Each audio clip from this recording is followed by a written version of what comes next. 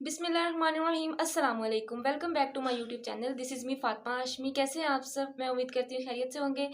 So guys, आज का जो हमारा टॉपिक है वो है बीएस ऑप्टोमेट्री। इसमें हम बात करेंगे और इसका हम वर्क देखेंगे, इसका स्कोप देखेंगे, इसका एलिजिबिलिटी क्राइटेरिया देखेंगे, इसका मेरिट देखेंगे, फीस स्ट्रक्चर, सैलरी पैकेजेस और जॉब अपॉर्चुनिटीज़ और कौन कौन सी यूनिवर्सिटीज़ ये प्रोग्राम ऑफर कर रही हैं वो आज हम सब इस वीडियो में डिटेल में डिस्कस करेंगे। फर्स्ट ऑफ ऑल तो ये कि जब एफएससी प्री मेडिकल कर लेते हैं बच्चे, तो जब वो एफएससी कर रहे होते हैं ना, तभी उनका एक माइंडसेट बना होता है कि हम एफएससी के बाद एमबीबीएस करेंगे या बीडीएस करेंगे। हालात कुछ ऐसे हो जाते हैं या कोई भी वजह बन जाती है कि आपका एमबीबीएस या बीडीएस में एडमिशन नहीं होता है, तो बच्चे बहुत ज़्यादा डिसहार्ट हो जाते हैं और वो कहते हैं कि अब हम क्या करें, किस फील्ड में जाएं जहाँ पर हमें कोई डॉक्टर कहे और हम डॉक्टर बन जाएं, हम किसी हॉस्पिटल में जॉब करें। ये बच्चों का एक माइंड सेट होता है और ये केसेस मेरी आंखों के सामने भी हुए हैं। तो सबसे पहले मैं आपको एक बात बता दूँ, डॉक्टर कोई भी नहीं होता है। डॉक्टर सिर्फ़ वो होता है जिसने पीएचडी की होती है, उसके नाम के साथ डॉक्टर लगता है। अगर कोई एमबीबीएस भी कर रहा है ना, तो वो फिज़िशियन होता है और जो दाँतों का डॉक्टर होता है वो डेंटिस्ट होता है, ठीक है? अब जो फिज़ियोथेरेपिस्ट होता है वो फिज़ियोथेरेपिस्ट होता है। ये पाकिस्तान में इन्होंने हम हर नाम के साथ जो है वो डॉक्टर लगाया हुआ है। अदर कंट्रीज़ में इसको फिज़िशियन कहते हैं, डेंटिस्ट कहते हैं, फिज़ियोथेरेपिस्ट कहते हैं, लैब टेक्नोलॉजिस्ट कहते हैं। लेकिन अगर हम मेडिकल फील्ड में रहकर कोई जॉब कर रहे हैं ना, अगर हम मेडिकल फील्ड में हैं, तो हम उसको डॉक्टर ही कहेंगे, ठीक है? आप ऑप्टोमेट्री की है आपने, आप क्लिनिक पे बैठे हैं, आपको कोई हकीम थोड़ी ना बोलेगा, आपको भी डॉक्टर ही बोलेंगे ना। ये कहेंगे कि वो आँखों वाला डॉक्टर है या वो ऑप्टोमेट्री है, ऑप्टोमेट्रिस्ट है। तो ये चीज़ होती है, ठीक है? अब जब आपका एमबीबीएस और बीडीएस में एडमिशन नहीं होता है, तो आपको सबसे ज़्यादा उस फ़ील्ड को प्रेफ़र करना चाहिए, जिसमें आप अपना क्लिनिक ओपन कर सकते हैं। लाइक आप एमआईटी कर रहे हैं, एमएलटी कर रहे हैं, एनेस्थीसिया कर रहे हैं, कार्डियक परफ्यूजन कर रहे हैं, उसके बाद अपना क्लिनिक नहीं ओपन कर सकते। आप ऑप्टोमेट्री कर रहे हैं, एचएनडी कर रहे हैं या आप कोई और ऐसा प्रोग्राम करें जिसमें आप क्लिनिक ओपन कर सकते हैं, तो वो एक बेस्ट चीज़ होती है। फिर इसके बाद ये आप कर रहे हैं ना BS programmes allied health sciences के, तो उसमें अगर आपको जॉब नहीं मिलती तो आपके पास ऑप्शन है कि आप अपना क्लिनिक ओपन कर सकते हैं। और एक सबसे अच्छी चीज़ होती है, आप किसी के अंडर काम नहीं कर रहे होते, आपका अपना बिज़नेस होता है, आप अपनी मर्ज़ी से आ सकते हैं, अपनी मर्ज़ी से जा सकते हैं, अपनी मर्ज़ी से हर चीज़ को हैंडल कर सकते हैं। तो मेरे नज़दीक ये एक बेस्ट ऑप्शन है और मैं अलाइड हेल्थ साइंसेज़ के प्रोग्राम में से उनको प्रेफ़र करती हूँ, जिनमें हम अपना बिज़नेस स्टार्ट कर सकते हैं, यानी अपना क्लिनिक ओपन कर सकते हैं। हमारे पास जॉब करने के लिए भी ऑप्शंस हों, क्लिनिक के लिए भी ऑप्शंस हों, यानी मैनी मोर हमारे पास ऑप्शंस हो, वो जो फील्ड होती है ना वो सबसे ज़्यादा अच्छी होती है। और मैं आपको भी यही कहूँगी, जब भी आपने कोई अलाइड हेल्थ साइंसेज़ का प्रोग्राम सेलेक्ट करना है या कोई और आपने फील्ड सेलेक्ट करनी है, इन फ्यूचर आपने ये देखना है कि आप उसमें अपना क्लिनिक ओपन कर सकते हैं। आप अपने लिहाज से उस चीज़ को लेके चल सकते हैं या नहीं, या सिर्फ़ आप किसी और पे डिपेंडेंट हैं, लाइक आप सिर्फ़ जॉब कर सकते हैं। अब हम बात करते हैं ऑप्टोमेट्री के बारे में कि इसका काम क्या होता है।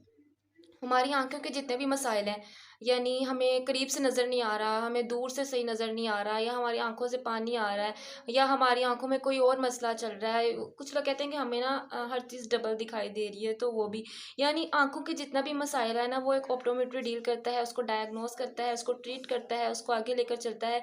ये सब एक ऑप्टोमेट्री का काम होता है। अब यहाँ पर सवाल आता है कि ऐसा तो ऑप्थेमोलॉजिस्ट भी करते हैं?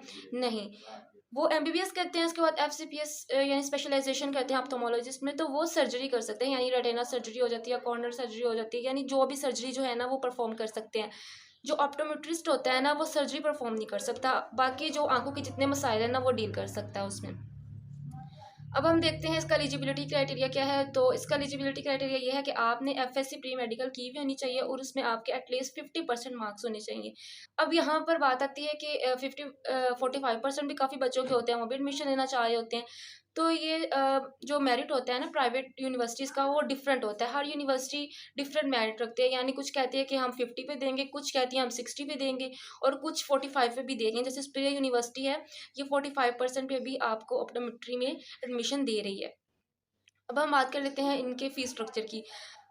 जैसे हर यूनिवर्सिटी का मेरिट प्राइवेट में जो है वो डिफरेंट होता है, इस तरह फ़ीस स्ट्रक्चर भी डिफरेंट होता है। फीस स्ट्रक्चर कोई यूनिवर्सिटीज़ आपको 50,000 में करवा रही है पर सेमेस्टर, और कोई 60,000 में करवा रही है, कोई 70,000 में करवा रही है, ऐसे हो रहा है, ठीक है। और अगर हम गवर्नमेंट की बात करते हैं तो वेल एंड गुड, अगर आपका वहाँ एडमिशन हो जाता है तो वहाँ पर तो आपकी कोई इतनी फ़ीस ही नहीं होगी। ज़्यादा से ज़्यादा 15,000, 20,000 और 30,000, 40,000 मैक्सिमम है, इससे ऊपर आपकी नहीं जाएगी ऑप्टोमेट्री में पर सेमेस्टर के हिसाब से। अगर हम इनके सैलरी पैकेजेस देखते हैं तो गवर्नमेंट में आपको 17 स्केल की जॉब मिलेगी, और 17 स्केल की जो जॉब होती है उसकी जो सैलरी स्टार्ट होती है वो 35 प्लस से होती है, ठीक है।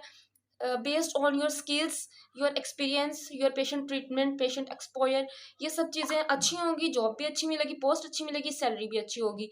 प्राइवेट में आपकी 30 से जो है वो स्टार्ट होती है, और उसके अलावा अगर आप अपना क्लिनिक ओपन करते हैं तो वेल एंड गुड, इस ये आपके पास सबसे बेस्ट ऑप्शन है अगर आप अपना क्लिनिक ओपन कर लेते हैं तो। बात करते हैं इनकी जॉब अपॉर्चुनिटीज़ के बारे में कि हम जॉब कौन कौन सी कर सकते हैं। सबसे पहले आपके पास आ जाते हैं गवर्नमेंट हॉस्पिटल्स और प्राइवेट हॉस्पिटल्स। उसके बाद आपके पास आ जाते हैं क्लिनिक्स, और इसके अलावा फोरेंसिक लैब्स आपके पास आ जाती हैं। बायोमेडिकल सेंटर्स में आप जॉब कर सकते हैं, और मैन्युफैक्चरिंग इंडस्ट्रीज़ में भी आप जो है ऑप्टोमेट्री की जॉब कर सकते हैं, और फार्मास्यूटिकल इंडस्ट्रीज़ में भी आप जो है वो ऑप्टोमेट्री की जॉब कर सकते हैं, ठीक है। ये थी इसकी जॉब अपॉर्चुनिटीज़। और इसके अलावा अब हम बात करेंगे कौन कौन सी यूनिवर्सिटीज़ ये प्रोग्राम ऑफ़र कर रही हैं। सबसे पहले हम बात करेंगे लाहौर के एरिया की। तो इसमें सबसे पहले आ जाती है King Edward medical university Lahore, superior university Lahore, FMH institute of allied health sciences Lahore, Noor international university Lahore, green international university Lahore, Riphah international university Lahore. और ये यूनिवर्सिटीज़ थी जो लाहौर में ऑप्टोमेट्री जो है वो ऑफ़र करें। ये टॉप यूनिवर्सिटीज़ थी लाहौर की जो मैंने आपको बता दी। इसके अलावा और भी यूनिवर्सिटीज़ हैं या और भी इंस्टीट्यूट हैं जो किसी यूनिवर्सिटी से एफिलिएट हो सकते हैं, तो वो आपको ऑप्टोमेट्री करवा रहे हैं। ये आप ऐसे सर्च कर सकते हैं, ऑप्टोमेट्री इन सियालकोट। अगर आप सियालकोट में रह रहे हैं तो आपने इसको सर्च करना है गूगल पर, ऑप्टोमेट्री इन सियालकोट। अगर आप लाहौर में रह रहे हैं तो ऑप्टोमेट्री इन लाहौर। अगर आप किसी और सिटी में रह रहे हैं जैसे रावलपिंडी, इस्लामाबाद, पेशावर, कोई भी आपका एरिया है तो आप उसमें ऑप्टोमेट्री इन आगे अपने सिटी का नेम लिखकर आप गूगल पर सर्च करेंगे तो आपके पास मैनी मोर यूनिवर्सिटीज़ और इंस्टीट्यूट्स आ जाएंगे, तो आप उनमें से अपना इंस्टीट्यूट और यूनिवर्सिटी सेलेक्ट कर सकते हैं। ये थी आज की हमारी वीडियो जो बहुत शॉर्ट सी थी। आपको मैंने हर चीज़ जो है शॉर्ट वीडियो में डिटेल से बता दी है। इनका स्ट्रक्चर क्या है, और सैलरी पैकेजेस क्या है, और इसके अलावा मैंने आपको ये भी बता दिया कि आप जॉब्स कौन कौन सी कर सकते हैं। तो मेरे लिहाज से ये फील्ड बहुत ज़्यादा अच्छी है क्योंकि हम इसमें अपना क्लिनिक ओपन कर सकते हैं, और इसमें हमारा पेशेंट से डायरेक्ट कॉन्टैक्ट भी होता है। तो ये सबसे मुझे अच्छी लगी है, ठीक है। आगे आपने उस फील्ड को, मैं यही कहूँगी, आपने उस फील्ड को जो है चूज़ करना है जिसमें आपके पास जॉब करने के लिए भी ऑप्शन हो, अपना बिजनेस करने के लिए भी ऑप्शन हो। क्योंकि आप किसी ऐसे फील्ड को सिलेक्ट कर लेते हो जिसमें सिर्फ आपके लिए जॉब का ऑप्शन हो, तो जॉब्स तो पाकिस्तान में अवेलेबल हैं ही नहीं। आपके जो पाकिस्तान के हालात हैं वो आप सबके सामने हैं। तो अपने फ्यूचर को सिक्योर करने के लिए हमेशा एक अच्छी फील्ड का इंतखाब किया करें। और मुझे दुआ में याद रखिएगा, और आप मेरे चैनल पर नए आए हैं तो इसको सब्सक्राइब कर दें और बेल आइकन को भी प्रेस कर दें ताकि आपको मेरी आने वाली हर नई वीडियो जो है वो मिल सके। और इस फील्ड से रिलेटेड आपको अगर कोई क्वेश्चन समझ में नहीं आया या कोई और आपका क्वेश्चन हो सकता है तो आप मुझे कमेंट सेक्शन में पूछ सकते हैं। मुझे दुआ में याद रखिएगा। मिलते हैं नेक्स्ट वीडियो में, तब तक के लिए अल्लाह हाफिज़।